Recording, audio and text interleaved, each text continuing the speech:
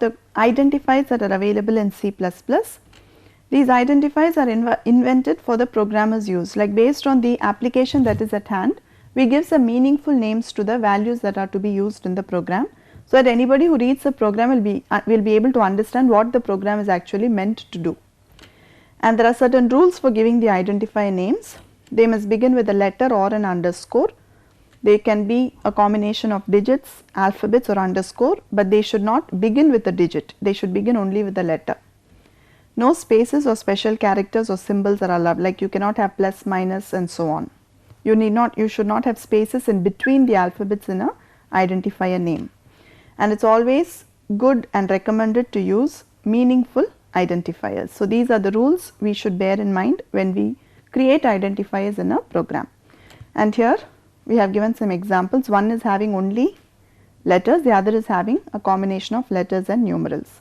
Now, C++ is also case sensitive, so a small e is different from a capital E. So, that also has to be kept in mind when we create these identifier names and use them.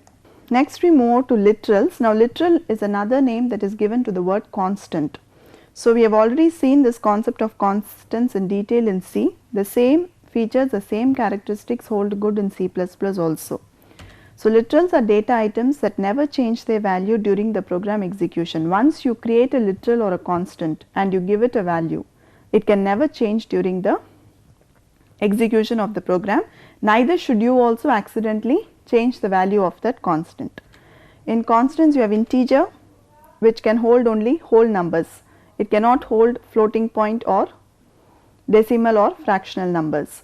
You have floating point constant, which is mainly meant to hold only decimal numbers. In floating point also we have seen how to express the floating point numbers in the Mantis or exponential form. The same way you can exhibit here also. Character constant, again it can hold only single characters A, B or C. Any one of the letters that are available in C++ you can hold, and that should come within single quotes. You have the string constant, which can hold either one character or a sequence of characters, and that should come within double quotes. So, the same rules follow up for C++ as well. Next we go to this concept of variables. So, what is a variable in C++?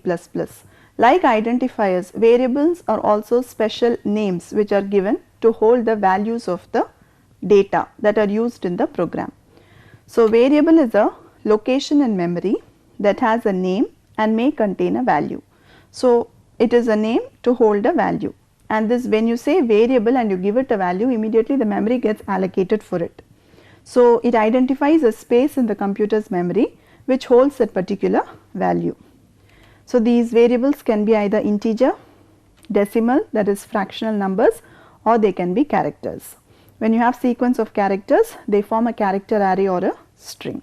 So, rules for naming variables: they should not be a keyword, almost the same as that for identifier names. They should not contain spaces, special characters or symbols. They must begin either with a letter or underscore, not with a digit. They can be a combination of letters, numerals or underscore after the first letter. And they can have any number of characters. Variable names, there is no limit on the length of the variable names, but generally we use short and meaningful variable names so that it is easy to identify the program, and every time you use that variable name it will take less time and less space also, and you can identify what value is being held in what type of variable.